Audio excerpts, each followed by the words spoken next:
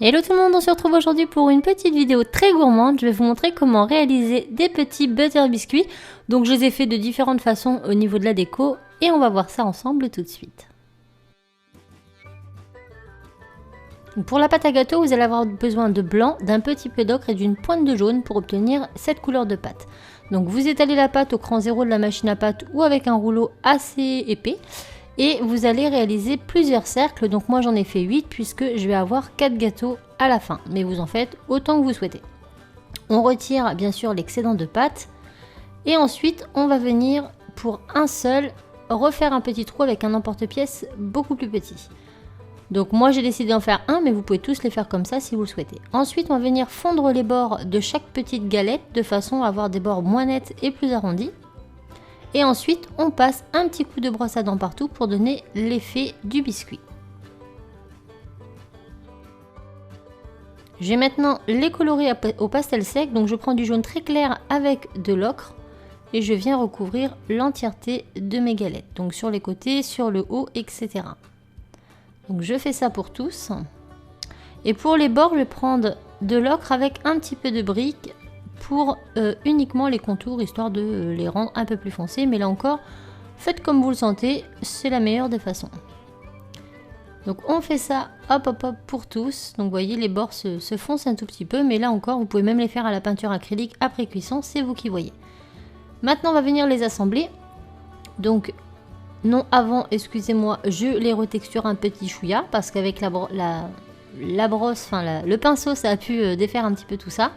Et je les assemble. Donc je prends 2 galettes, je les mets les unes sur les autres, comme ceci. Et maintenant, je vais venir repasser un coup de brosse sur les contours, au cas où ça n'aura pas été bien fait. Et avec une petite aiguille, je vais venir piquer tout le contour pour le fondre et pour donner un côté un peu plus réaliste. Donc n'hésitez pas à remettre un peu de pastel si vous voyez qu'à ces endroits, ça ne se voit pas très bien. Et ensuite, on repasse un petit coup de brosse à dents.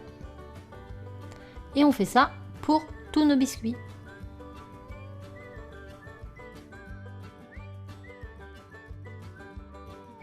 Une fois qu'ils sont tous réalisés, on les passe au four 10 minutes à 130 degrés. Pendant ce temps-là, je vais venir faire mes petits coulis. Donc là, je vais faire un coulis chocolat au lait et un coulis chocolat noir et un coulis chocolat blanc. Je vais y arriver. Donc pour faire ça, c'est très simple. Vous prenez votre pâte, vous l'écrasez en miettes. Donc là, c'est de la cernite opacité 50%, mais vous pouvez utiliser de la couleur chocolat de chez Fimo ou bien du chocolat et de la translucide. C'est vous qui voyez. Ensuite, je prends beaucoup de Fimo liquide et je vais venir tout écraser jusqu'à obtenir un coulis comme ça. Pour le chocolat blanc, je vais prendre du blanc et une pointe de jaune pour obtenir un beige très très clair et je fais pareil. J'émiette, je prends ma Fimo liquide et je mélange les deux pour obtenir ces 2 coulis. Donc maintenant, on va venir passer à l'étape cruciale du nappage comme en pâtisserie. Donc préparez votre plan de travail, votre plan de cuisson, je veux dire, juste avant. Donc une feuille de papier sulfurique pour éviter que ça colle après. Donc là pour le chocolat noir, on va dire, j'en mets sur toute une moitié, donc en dessus comme en dessous. Voilà, donc je mets d'une spatule, j'y vais d'abord grossièrement et ensuite je vais retirer l'excédent de façon à avoir quelque chose d'à peu près lisse. Une fois que c'est fait, je la pose sur mon plan, comme ceci. Et pour l'effet un petit peu coulant, je vais rajouter de la matière. Donc là, j'en ai un peu trop rajouté, mais ce n'est pas grave puisque j'ai pu couper ce qui dépassait après cuisson, puisque la Fimo liquide reste souple. Donc il n'y a pas de souci, si c'est trop grossier, un petit coup de ciseau après cuisson et on n'y verra que du feu. Pour l'autre, le petit zébré, j'ai tout simplement fait des petites bandelettes de ce même coulis au-dessus. Voilà.